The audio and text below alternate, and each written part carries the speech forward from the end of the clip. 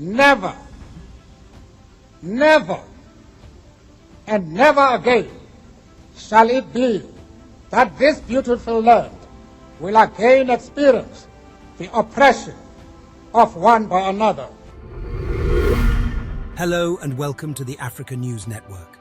Today all us do, by our presence here and by our celebrations in other parts of our country and the world, confer glory and hope to newborn liberty.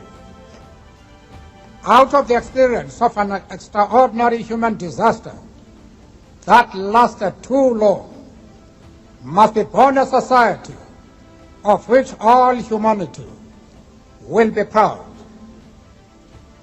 Our daily deeds as ordinary South Africans must produce an actual South African reality that will reinforce humanity's belief in justice, strengthen its confidence in the nobility of the human soul, and sustain all our hopes for a glorious life for all.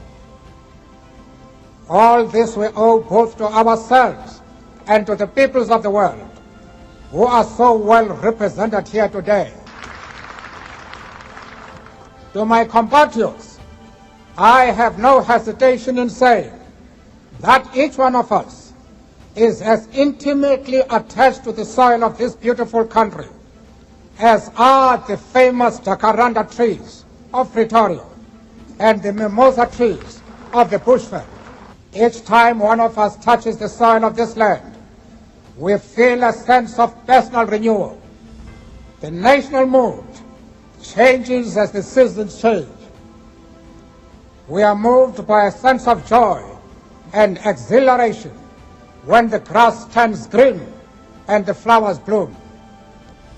That spiritual and physical oneness we all share with this common homeland explains that the depth of the pain we all carried in our hearts as we saw our country tear itself apart in terrible conflict, and as we saw it spent, outlawed, and isolated by the peoples of the world, precisely because it had become the universal base of the pernicious ideology and practice of racism and racial oppression.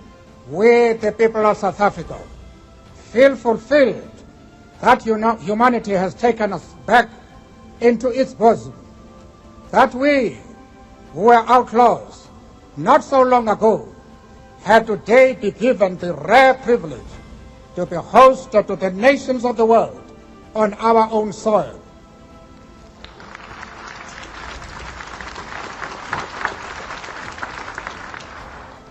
The time to build is upon us. We have at last achieved our political emancipation. We pledge ourselves to liberate all our people from the continuing bondage of poverty, deprivation, suffering, gender, and other discrimination. We succeeded to take our last steps to freedom in conditions of relative peace. We commit ourselves to the construction of a complete, just, and lasting peace. We have triumphed in the effort to implant hope in the breasts of the millions of our people. We enter into a covenant that we shall build a society in which all South Africans, both black and white, will be able to walk tall without any fear in their hearts, assured of their inalienable right to human dignity, a rainbow nation at peace with itself and the world. We are both humbled and elevated by the honor and privilege that you, the people of South Africa, have bestowed on us as the first president of a united, democratic, non-racial, and non-sexist South Africa to lead our country out of the valley of darkness. We understand it still that there is no easy road to freedom. We know it well that none of us acting alone can achieve success. We must therefore act together as a united people for national reconciliation, for nation building, for the birth of a new world. Let there be justice for all. Let there be peace for all. Never, never, and never again shall it be that this beautiful land will again experience the oppression of one by another.